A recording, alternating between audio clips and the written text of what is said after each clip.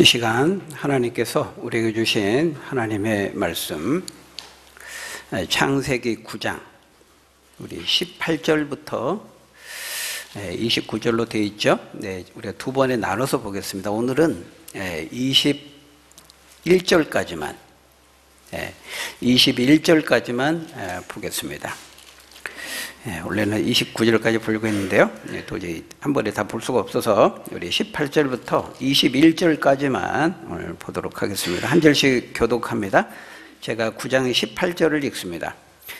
방주에서 나온 노아의 아들들은 셈과 함과 야벳이며 함은 가나안의 아버지라.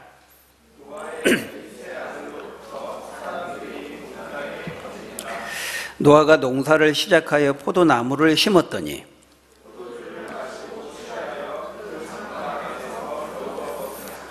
아멘. 오늘 본문은 우리 믿음의 거장인 노아의 허물과 연약함을 보여주고 있습니다. 신실하신 하나님에 비하여서 인간을 대표하는 노아의 신실하지 못함에 대해서 우리에게 보여주고 있어요.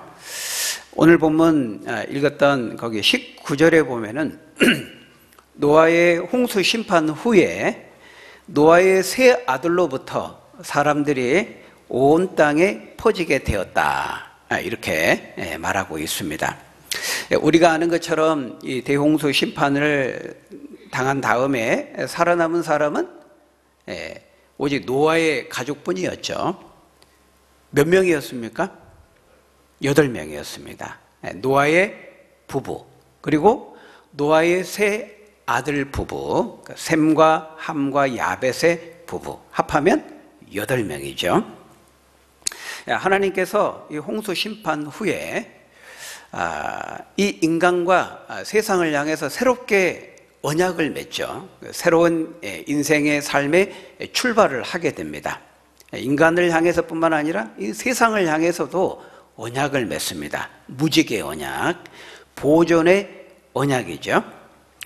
그래서 다시 창세기 1장에서 처음 세상을 창조하실 때 약속하셨던 것처럼 거기 9장 1절에 보면은 다시금 뭐라고 말씀하고 있어요?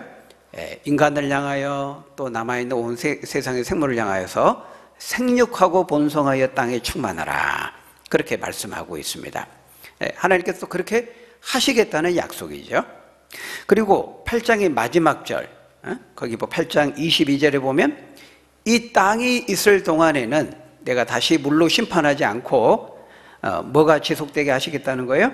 심음과 거둠과 추위와 더위와 여름과 겨울과 낮과 밤이 쉬지 않게 하겠다.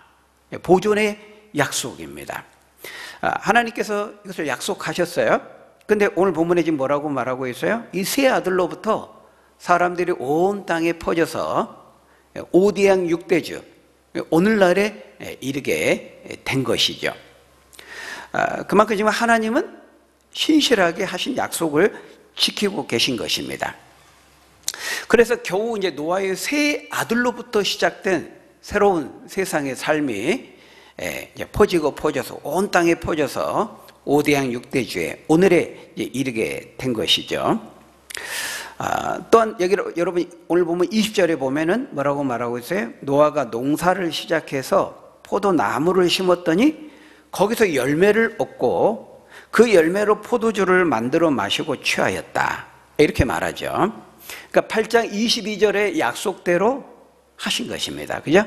심음과 거둠의 법칙이 이 땅이 존속되는 동안 계속되게 하시겠다 그랬는데, 바로 이 심음과 거둠의 법칙이 지속될 것이라고 하셨는데 노아가 포도나무를 심으니까 거기서 열매를 얻게 된 것이죠. 하나님의 약속의 말씀대로 행하신 것입니다. 근데 문제는 하나님께서는 이렇게 약속하신 대로 신실하게 약속을 지키고 계시는데 반하여서 노아는 어떻게 하고 있습니까? 21절에 포도주를 마시고 취하여서 그 장막 안에서 벌거벗은지라, 이렇게 말하고 있습니다.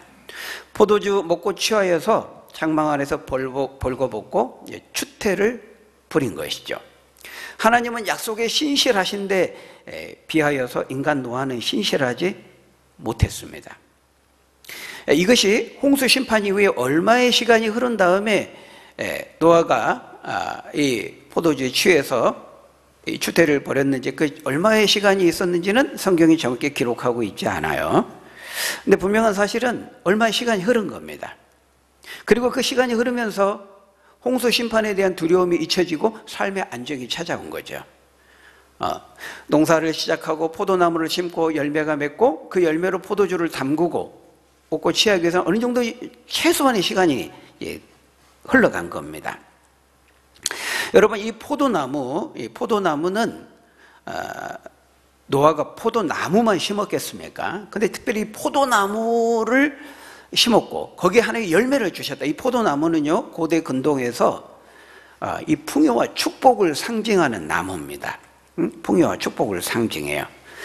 그러니까 하나님 복을 주신 거예요. 삶의 안정이 찾아온 거예요. 일정한 시간이 흐르면서 홍수 심판에 대한 두려움이 잊혀지고 삶의 안정이 찾아오고 다시금 새로운 세상에 정착하면서 하나님이 주신 은혜와 풍요와 번영과 안식과 안정을 누리게 된 것이죠. 그것을 누리게 되면서 어떻게 됐어요? 노아에게 영적인 태만과 나태가 찾아오게 되었던 것입니다. 풍요와 번영 속에 하나님의 은혜를 의지하지 않게 된 거죠. 여러분, 노아는 믿음의 거장이었습니다. 우리가 앞에서 살펴보았죠.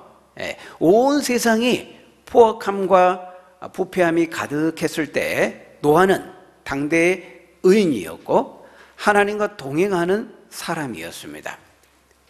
그런데 그가 그럴 수 있었던 것은 선천적으로 우리와는 다른 인간과는 다른 별종이었기 때문이 아니었습니다.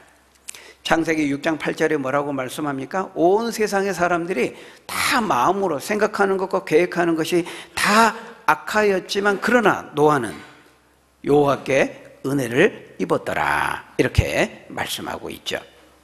그러니까 노아가 당대의 의인이었고 하나님과 동행할 수 있었던 것은 노아 자신의 다른 사람과는 다른 선천적인 어떤 특별함, 탁월함 때문이 아니라 그가 여호와 하나님을 의지하고 하나님의 은혜를 덧입었기 때문이다, 이렇게 말하고 있어요. 노아가 하나님의 은혜의 능력을 의지했을 때에는 무려 120년 동안이나 노아의 방주를 짓는 그 120년 오랜 기간 동안 사람들에게 조롱과 멸시를 받으면서 그 방주를 지었잖아요. 미쳤네. 노아 제정신은 아니네. 정신 나갔네. 그렇게 조롱과 멸시를 받으면서도 어때요? 120년이라는 기간 동안 묵묵히 그 믿음의 길을 걸어가면서 하나님 말씀에 순종하면서 방주를 지었습니다.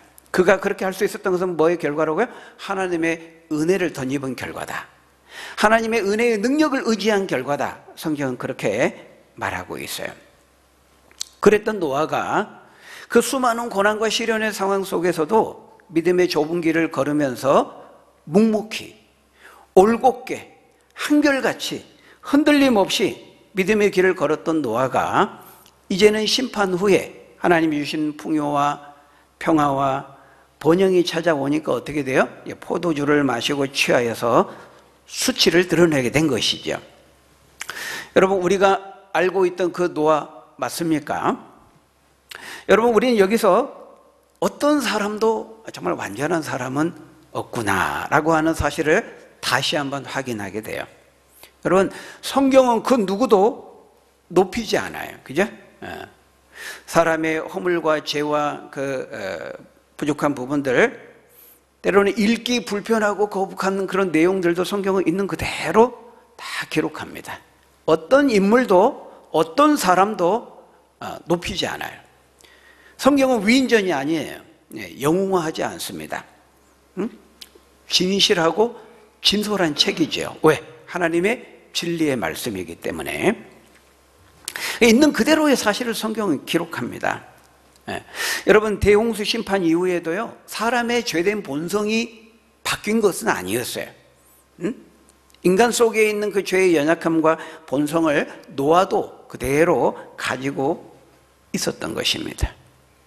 여러분, 그 죄를 이기고 극복하고 그 죄에서 구원함을 얻는 길은 다른 길이 없어요.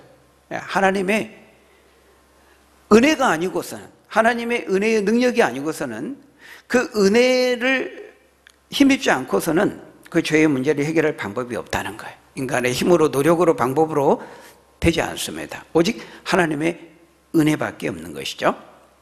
노아가 하나님의 은혜를 의지하고 그 은혜의 능력을 덧입을 때에는 그 수많은 사람들에게 조롱과 멸시를 받고 많은 고난과 시련을 당하면서도 믿음을 지켰습니다. 하나님과 동행하며 의로운 삶을 살았습니다. 하지만 하나님의 은혜를 하지 않는 순간 어떻게 됩니까? 노아도 미끄러지고 넘어지게 되고 만 것이죠. 그런 점에서 여러분, 우리가 고난과 시련과 싸워 이기는 사람은 많아도 번영과 풍요와 싸워서 이기는 사람은 많지 않다는 거 우리가 기억해야 됩니다. 여러분, 다윗은 어떻습니까? 다윗도 마찬가지죠. 다윗도요, 왕이 오르기 전까지 그가 얼마나 많은 시련과 고난을 겪었는지 몰라요. 근데 많은 고난과 시련을 겪었을 때요, 오히려 다윗은 하나님을 더 의지하고 하나님에 흔들리지 않는 믿음을 가지고 그랬죠. 근데 그가 나중에 왕의 자리에 앉고요, 평화와 번영이 찾아오니까 그가 타락하고 넘어지고 죄를 짓는 것을 우리가 보잖아요. 다윗이 왕이 되기 전까지요, 그가 많은 대적자들의 그 살해의 위협을 받으면서 도망자의 삶을 살았잖아요. 응? 네. 심지어 자기 목숨을 부지하기 위해서 저 적국의 땅 블레셋까지 가가지고 거기서 침을 흘리면서 막 미친 채 연기까지 해서 자기의 목숨을 보존합니다. 얼마나 비참합니까?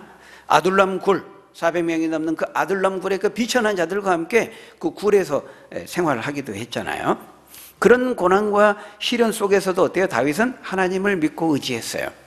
그런데 그 모든 고난이 끝나고 하나님의 은혜로 말미암아 왕의 자리에 앉게 됩니다. 정치적으로, 경제적으로, 대내외적으로 안정이 찾아오고 평화가, 번영과 부가 주어지게 돼요. 싸우기만 하면 다 이기는 겁니다. 주변의 모든 족속들, 다윗이 나가면 다 이기는 거예요. 하나님이 다 이기게 하셨다, 이렇게 말하고 있어요. 하나님의 은혜로 엄청난 평화와 번영과 풍요와 부요가 찾아오게 돼요. 그러니까 어떻게 됩니까? 다윗이 교만해지고 나태해지고 태만해진 것이죠. 그래서 이제는 모든 왕들이 전쟁에 출전한 시기에 성경이 그렇게 말해요. 다윗은 나가지 않습니다. 왜? 내가 안 나가도 어차피 이기는 거니까. 왕이 당연히 나가야 되는데 그게 지금 해야 될 일인데 나가지 않아요. 그리고 궁궐에서 한가롭게 하나님 주신 풍요와 번영을 누리는 가운데 죄를 짓게 되죠. 한가롭게, 따분하게, 유유자적, 평화롭게 궁궐의 옥상에서 시간을 보내다가 보니까 뭐가 눈에 들어옵니까? 충성된 부하 우리아의 아내인 밧세바가 목욕하는 것을 보게 되고 그 유혹에 빠져서 간음죄와 살인죄를 범하게 되죠. 이 모든 것들이 고난과 시련의 상황에서 주어진 것이 아니라 풍요와 안정과 번영의 시기에 이루어진 일이었다는 거예요. 여러분, 우리도 마찬가지입니다. 성경은 뭐라고 말씀합니까? 그러니 너희가 손줄로 생각한 자들은 넘어질까 조심하라. 고린도전서 10장 12절에 그렇게 말하고 있어요. 잠언 16장 18절, 너무 유명한 말씀이죠. 교만은 패망의 선봉이요 거만한 마음은 넘어짐의 앞잡이니라, 그렇게 말씀하고 있어요. 여러분 어떻습니까? 여러분 혹시 지금 포도주에 취해 있지는 않습니까? 포도주가 뭘 상징한다고요? 번영과 풍요를 상징한다 그랬어요. 오히려 내 삶에 너무 문제가 없고 평탄한 것이 여러분 문제가 될 수 있습니다. 아무런 문제가 없는 것이 내 삶의 문제가 될 수 있다는 거예요. 여러분 어떻습니까? 너무 염려와 근심거리가 많아서 걱정입니까? 아니면 내 삶에 아무런 문제나 근심, 걱정, 염려가 없고 평탄하고 만사가 형통하고 잘 되고 있습니까? 조심해야 됩니다. 손줄로 생각한 자는 넘어질까 조심하라. 교만하고 거만한 마음은 패망의 선봉 위에 넘어짐의 앞잡이니라 그렇게 말씀하고 있어요. 여러분 사실 영적인 이런 태만함, 안일함, 교만함, 나태함 빠져 있으면요 그 사람은 보지를 못해요. 자기의 지금 현재의 상태, 영적인 상태를 보지를 못해요. 그걸 보고 있다면은 나태한 거 태만한 거 아니라 빠져 있는 것이 아니거든요. 빠져 있다는 것은 영적인 불감증이라고 말하죠. 우리가 느끼지를 못해요. 지금 문제가 있는데 위기가 지금 주어져 있는데 느끼지를 못해요. 우리가 에스겔서 보지만은 유다 백성들이 그랬거든요. 1차, 2차 바벨론 침입을 받고 포로가 되어 있고 이제 한 5, 6년 3차 침입을 앞두고 나라가 망하기 일보 직전인데도 깨닫지 못합니다. 샬롬의 상태가 아닌데 평화가 아닌데도 자기끼리 평화를 외치고 있어요. 전혀 위기를 느끼지 못하는 것이죠. 영적인 불감증, 감각이 없는 겁니다. 느끼지를 못해요. 알지를 못해요. 문제의식을 느끼지 못하는 것입니다. 여러분 성경은 뭐라고 말하고 있어요? 베드로전 5장 8절에 근신하라 깨어라 너희 대적 마귀가 마치 우는 사자가 모기를 삼키는 것처럼 호심탐탐 너희를 노리고 있다 이렇게 말하고 있어요. 여러분 정신을 차립시다. 깨어 근신하여 늘 마귀가 우리를 노리고 있다는 거 기억하고 더 깨어서 근신하는 저와 여러분 되시기를 주의 이름으로 축원합니다. 예, 여러분 오늘 본문을 통해서요 우리는 술에 대한 경고 우리가 들어야 됩니다. 이 부분을 그냥 다루지 않고 넘어갔으면 오늘 그 29절까지 끝마치는데 그래도 이 부분을 분명히 오늘 본문은 술에 대한 경고의 교훈이 들어 있습니다. 여러분 노아가 취해서 벌거벗고 추태를 보고 수치를 드러낸 원인은 그가 하나님의 은혜를 의지하지 않았기 때문이 1차적인 원인인 것은 분명해요. 그럼에도 불구하고 노아가 실수하고 죄를 범하고 넘어지게 한 데는 어때요? 포도주라고 하는 술이 도구로 이 노아를 무너뜨리는 사단의 그 도구로 사용된 것을 우리가 볼 수 있는 것이죠. 여러분 이 술이라고 하는 건요 술 자체는 우리의 구원을 결정하지는 않습니다. 목사님 술 먹어도 돼요? 안 돼요? 신자들이 질문하죠. 여러분 술을 마셨다고 해서 구원을 못 받고 안 마셨다고 해서 그것 때문에 구원을 받고 천국 가는 거 아닙니다. 우리의 구원은 그런 것으로 결정되는 건 아니에요. 우리가 구원을 받느냐 못 받느냐 천국에 가느냐 뭐 지옥에 가느냐 이런 거는 오직 예수님에 대한 믿음이 좌우하죠. 예수를 믿느냐 안 믿느냐 이것에 결정되는 것이지 무엇을 먹느냐 안 먹느냐 마시느냐 뭐 담배를 뭐 술 뭐 이렇게 외적인 어떤 착한 행동 어떤 아닌 거 이런 것에 결정되는 것이 오직 예수님에 대한 믿음. 성경은 그것을 말하고 있어요. 예수님도 마태복음 15장에서 말씀하셨죠. 마태복음 15장 11절에서 너희 입으로 들어가는 것이 사람을 더럽게 하는 것이 아니라 오히려 반대다. 입에서 나오는 그것이 너희를 더럽게 하느니라 이렇게 말했습니다.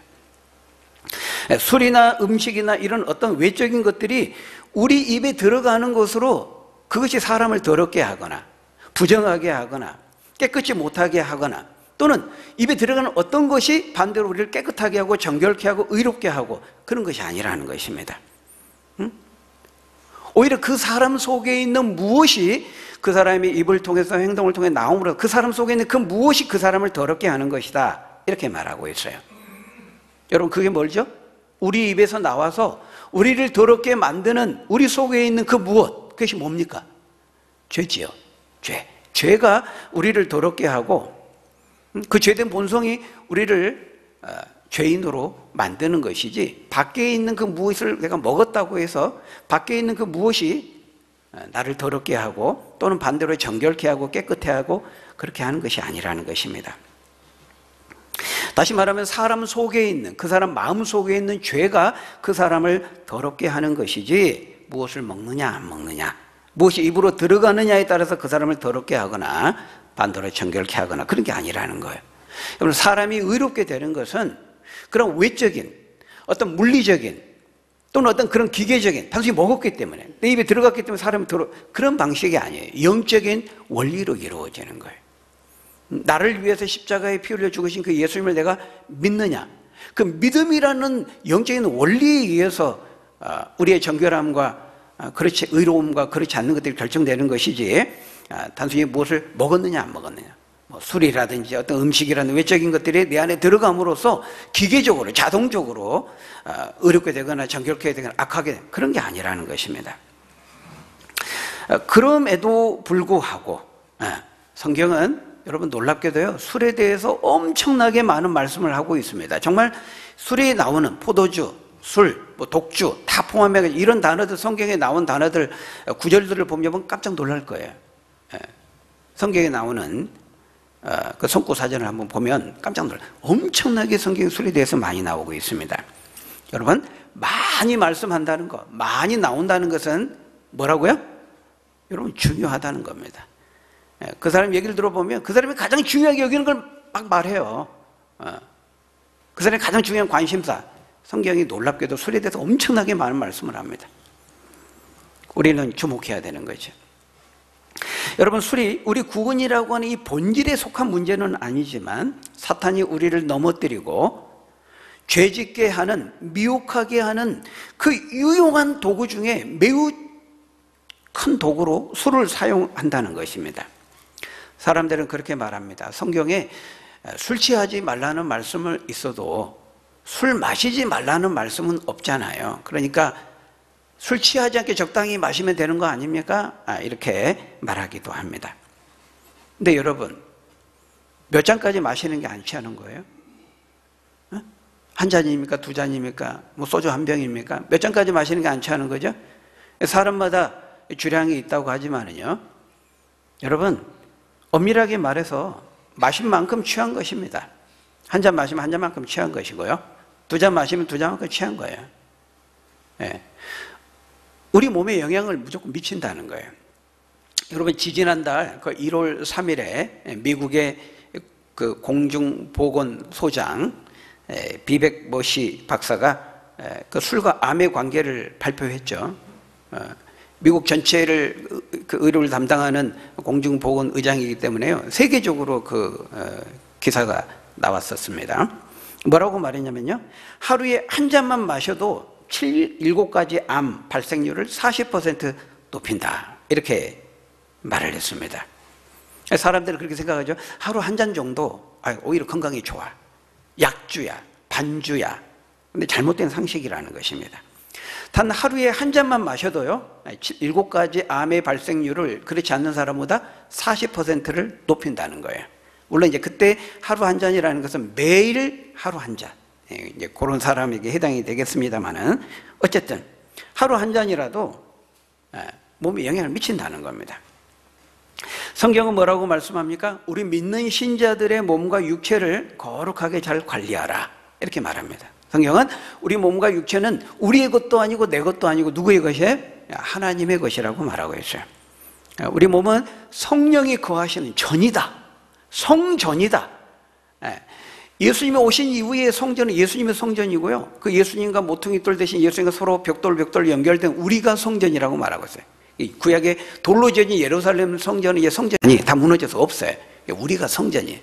우리 안에 보혜사 성령을 모시고 살기 때문에 우리 육체가, 우리 몸이 거룩한 성령이 거하시는 성전이라는 거예요.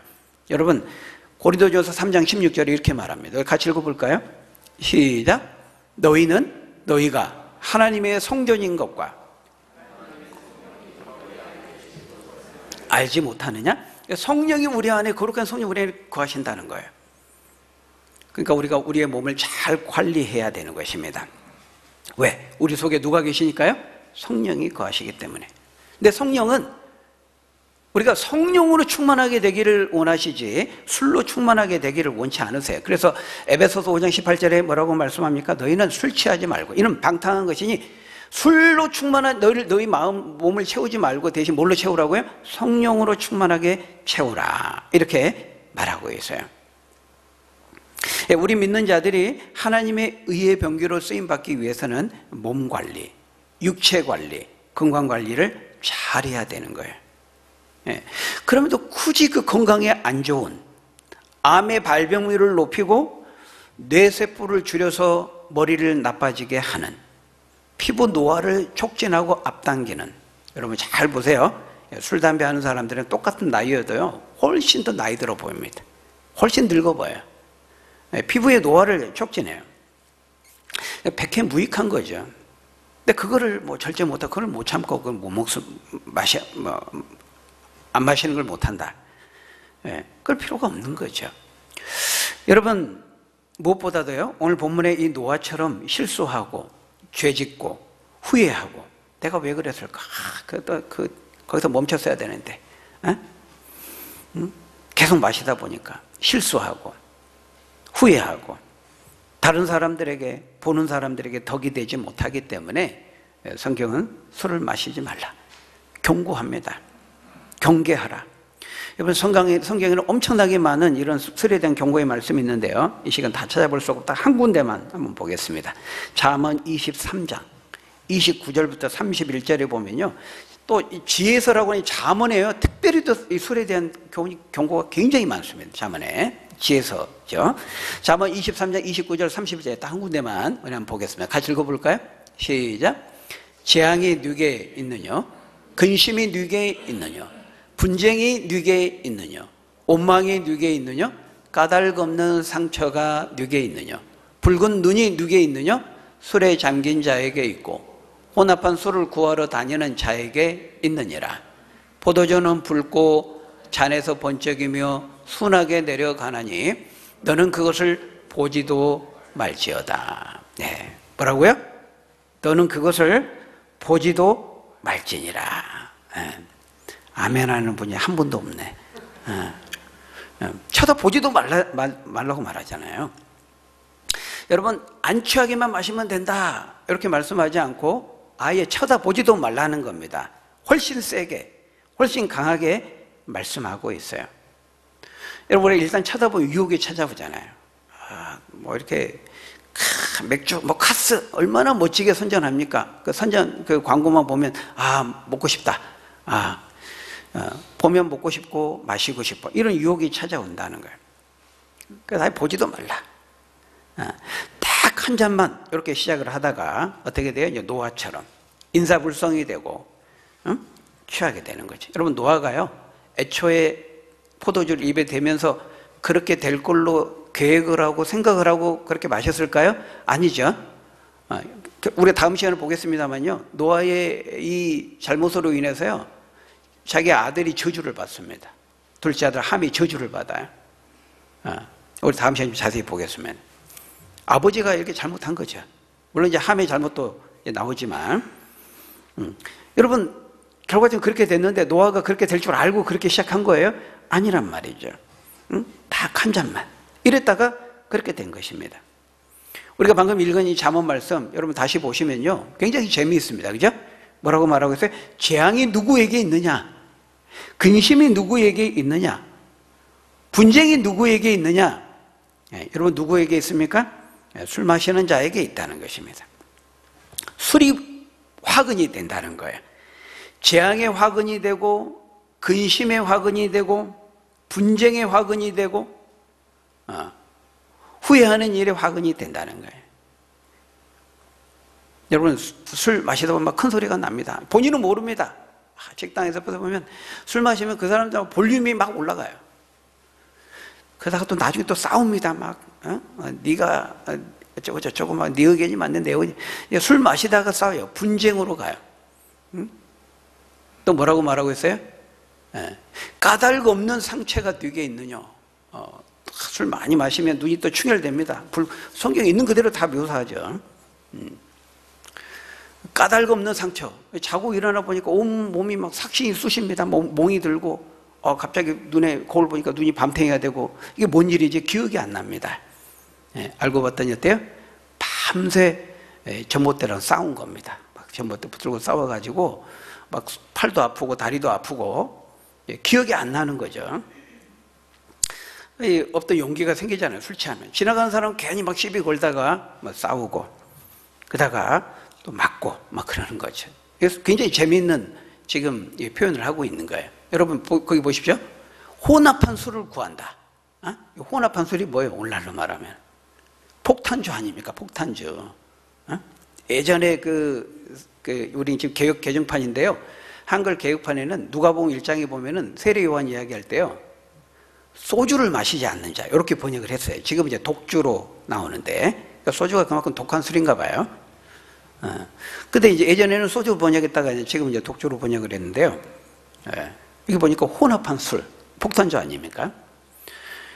웬만하게 세게 먹지 않으면 이제 너무 취하니까요, 사람 더 자극적인 걸 이제 찾는 거죠. 그렇게 느끼지를 못하니까 취하면 사람이 점점 더 독주를 찾는 것이죠. 여러분, 성경은 분명히 말씀합니다. 너희는 그것을 쳐다보지도 말지니라. 뭐라고요? 너는 그것을 쳐다보지도 말지니라. 아멘 하세요. 성경이 말씀하잖아요. 쳐다보지도 말라고. 안 취하기만 먹으면 되지, 술 취하지 말라는 말씀에 있어도 마시지 말라는 말씀은 없어도요, 보지도 말라는 말씀이 있다니까요. 이런 말씀은요 또 교묘히 빨리 지나갑니다. 그리고 이제 술 취하지 말라 이런 것도 이제 아멘 하면서 오랫동안 묵상하죠. 그래, 안 취하게만 마시면 돼 막 이러면서. 그러면 안 된다고요. 하나님 말씀을 그렇게 사용하면 안 되죠. 여러분, 경찰 통계에도 나왔습니다. 모든 범죄의 60%가요 술을 매개로 해서, 직간접적으로 술을 매개로 해서 이루어진다. 범죄의 60%가 직간접적으로 술을 매개로 해서 이루어진다는 거예요. 여러분, 술은 악한 것입니까? 선한 것입니까? 가치 중립적인 것입니까? 쓸데없는 논쟁할 수 있죠. 성경에 보면 바울이 디모데에게 너에게 나는 자주 나는 그 비위, 그 질병으로 인해서 포도주를 조금씩 써라. 포도주가 혈액순환에도 좀 당겨주고, 그래서 잠이 안 오는 사람 자기 전에 한 잔씩 먹으면 또 숙면에도 도움이 되고. 여러분, 그럴 수도 있어요. 그리고 알코올이 의료용으로도 쓰잖아요. 음식 조리할 때 넣기도 하잖아요. 근데 그걸 말하는 게 아니잖아요. 우리가 의료용, 치료용, 음식 조리용으로 물론 쓸 수 있습니다. 술 자체가 막 악한 것이고 독이고 뭐 그런 것은 아니지만, 성경이 지금 뭘 말씀하고 있는지 우리가 분명히 알게 되는 것이죠. 여러분, 술은 우리를 무너뜨리는 사탄의 최고의 도구가 될 수 있어요. 무기가 될 수 있어요. 사탄이 가지고 있는 무기가 많거든요. 사탄은 돈을 무기로 우리를 넘어뜨리기도 해요. 성적인 어떤 것을 가지고 무기로 삼아서 우리를 넘어뜨리기도 해요. 마약, 도박, 게임, 그런 무기 중에 하나가 술이라는 것입니다. 당대 믿음의 거장이었던 노아도 무너뜨렸잖아요. 당대의 의인이었던, 신실했던 노아도 무너뜨리는 그 무기가 바로 사단이 사용하는 술이라는 무기였다는 거예요. 사단이 사용하는 수많은 무기 중에 최고로 유용하게 사용하는 무기 중에 하나가 바로 술이라는 거, 우리가 기억해야 됩니다. 여러분, 우리가 이렇게 깨어있지 않고 하나님의 은혜의 능력을 의지하지 않으면은 우리도 언제든지 이 노아가 무너진 것처럼, 넘어진 것처럼 우리도 그렇게 될 수 있다는 거 여러분 기억해야 되고요. 사단에게 빌미를 주지 않아야 됩니다. 틈을 주지 않아요. 그게 지혜로운 자죠. 그래서 아까도 말씀드린 것처럼 술 자체가 우리의 구원을 결정하는 것은 아닙니다. 의료용, 치료용으로도 사용도 할 수 있습니다. 큰 산악지대 눈이 쌓인 곳에는 이제 그 조난자들을 만나면 구조견의 목에다가 알코올, 술을 이렇게 넣는다 그래요. 몸을 따뜻하게 하니까. 그렇게 사용할 수도 있습니다. 그러나 성경이 이 술에 대해 이렇게 많이 경고하기 때문에 우리는 성경이 말하는 그 경고를 들어야 되는 것이죠. 무엇보다도 하나님의 은혜의 능력을 의지하시고 더 겸손히 낮아져서 당대의 의인이었던, 믿음의 거장이었던 노아도 넘어질 수 있다는 거 우리가 꼭 기억하고, 우리가 날마다 숨쉬는 순간마다 더 겸손히 하나님의 은혜의 능력을 구하고 하나님의 경고의 말씀을 귀담아 듣고 깨어 근신해서 우리가 이기고 승리하는 우리 하나님의 사람들이 다 되시기를 예수님의 이름으로 간절히 축원합니다. 우리 기도하겠습니다. 아버지 하나님, 죄를 이기는 그 어떤 인간의 방법도 능력도 어떤 길도 없다고 말씀했습니다. 하나님의 은혜의 능력을 의지하지 않는다면 믿음의 거장이었던, 당대의 의인이었던 노아가 넘어지고 무너질 수 있었던 것처럼 우리도 예외가 될 수 없음을 고백합니다. 늘 우리의 약함과 악함을 하나님께 겸손히 인정하고 고백하고 날마다 숨쉬는 순간마다 하나님의 은혜의 능력을 덧입고 구하며 우리가 믿음의 선한 싸움을 싸우고 이기며 승리하는 우리 하나님의 사람들 다 될 수 있도록 인도해 주옵소서. 예수님 이름으로 기도하옵나이다. 아멘.